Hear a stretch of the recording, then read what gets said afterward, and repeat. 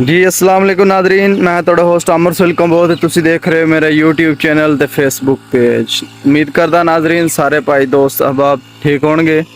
जैसा कि तुसी देख सकते हो वीडियो के अंदर, इस टाइम मैं मौजूद हाँ अपना तिल दी फसल के अंदर, जिहड़ी कि बजरिया ड्रिल प्लांटर काश्त की गई सी, उस दे विच मैं मौजूद हाँ। ते नाल ही नाल तुसी देख सकते हो कि पीछे जिहड़ा कि है इस दे अंदर स्प्रे हो रहे ने।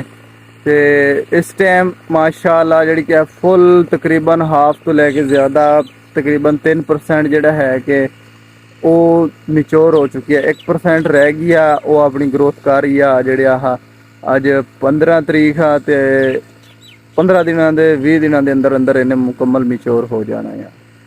तो मिच्योर होने तो बाद इसकी हारवैसटिंग होएगी। हारवैसटिंग होने तो बाद फिर इसकी जिहड़ी कि उसकी पैदावार वो भी थोड़े नाल शेयर करांगे। ते नाल ही नाल थोड़े नाल शेयर करते जाइए कि अज असीं इसनूं किस चीज़ का स्प्रे करवा रहे हैं। अज असीं इसनूं स्प्रे करवा रहे हैं जी नाइटम पैरम का, जिहड़ा कि इस टाइम जिहड़ा कि है सब्ज़ तेला काफ़ी शदीद हमला कर चुके हैं।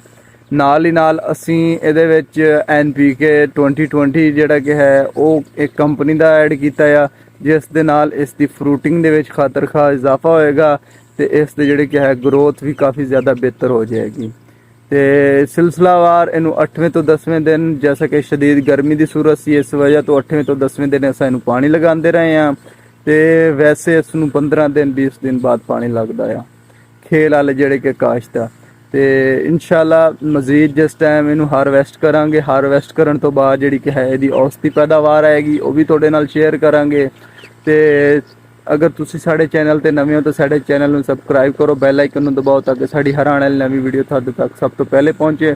काफ़ी दिनों की मसरूफियात सी, जिस दी वजह तो दोस्तां नाल कोई भी किसी किस्म के किसी टॉपिक के उत्ते कोई भी गलबात डिस्कस नहीं कर सके।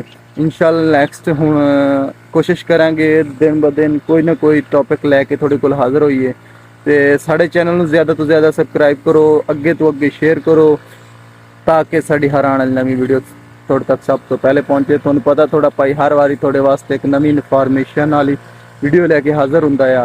तब तक अपने होस्ट अहमद सुल कंबोज नूं इजाज़त दिओ। पाकिस्तान जिंदाबाद।